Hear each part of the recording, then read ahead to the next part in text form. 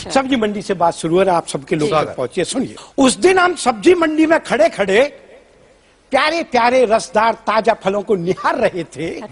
यानी कि उनकी अभिराम छवि को अपने नैनों में उतार रहे थे। यानी कि उसकी अभिराम छवि को अपने नैनों में उतार रहे थे और सोच रहे थे कि काश हमारे बच्चे भी इन फलों को खा पाते तो फूल कर कुप्पा हो जाते।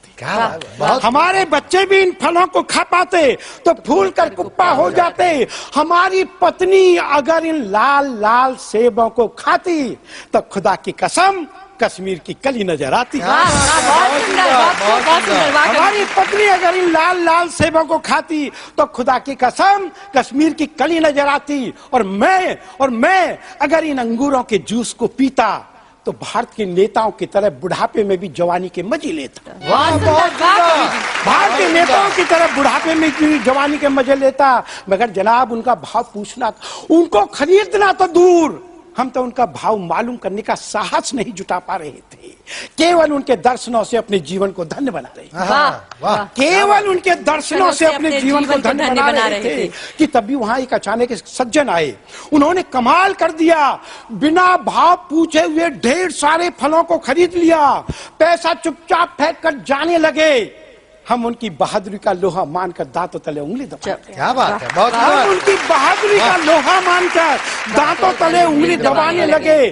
तभी न जाने मेरे पागल मन को क्या सूझा, मैंने आगे बढ़कर उनका रास्ता रोका, उनसे पूछा, भाई साहब माफ करना, क्या आप मिस्टर अंबानी हैं?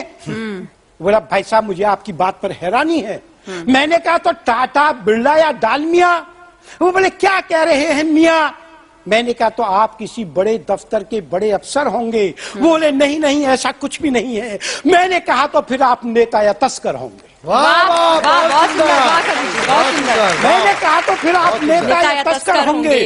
वो बोले कैसे? मैंने कहा ऐसे कि अगर आप आम आदमी होते तो इतने फल एक साथ खरीदने का कभी साहस नहीं जुटा पाते।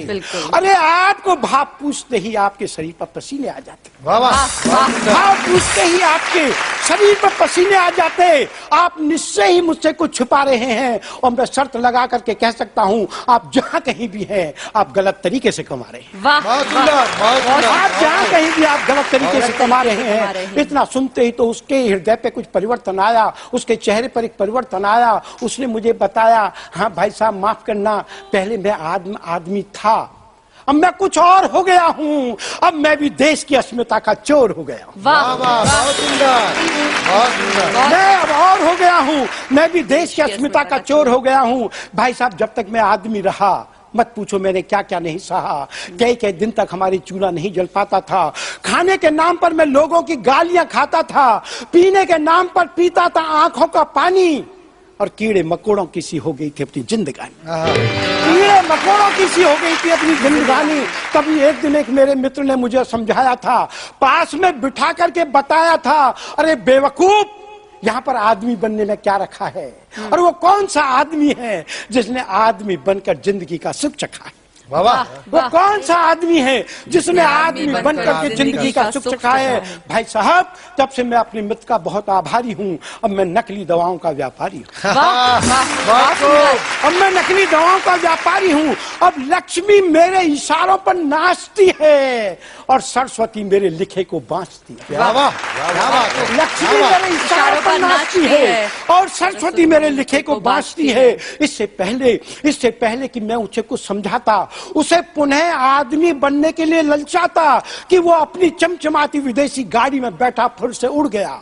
उसके जाने के साथ ही मेरे साथ में एक प्रश्न जुड़ गया। मैं चौराहे पे खड़ा हुआ सोचने लगा कि मैं इधर जाऊं या इधर जाऊं, मैं अभी आदमी ही बना रहूं या कुछ और बन जाऊं। अभी आदमी ही बना रहूं या कुछ और बन जाऊं कि तभी मेरे मन ने मुझे धिक्कारा, मुझे बुरी तरह फटकारा।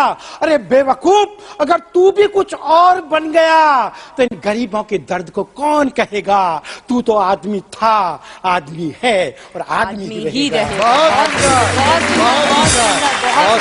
तो जोरदार तालियों के साथ धन्यवाद अदा कीजिए राजेंद्र राजा जी का। जहां पहुंचे न सूरज के घाट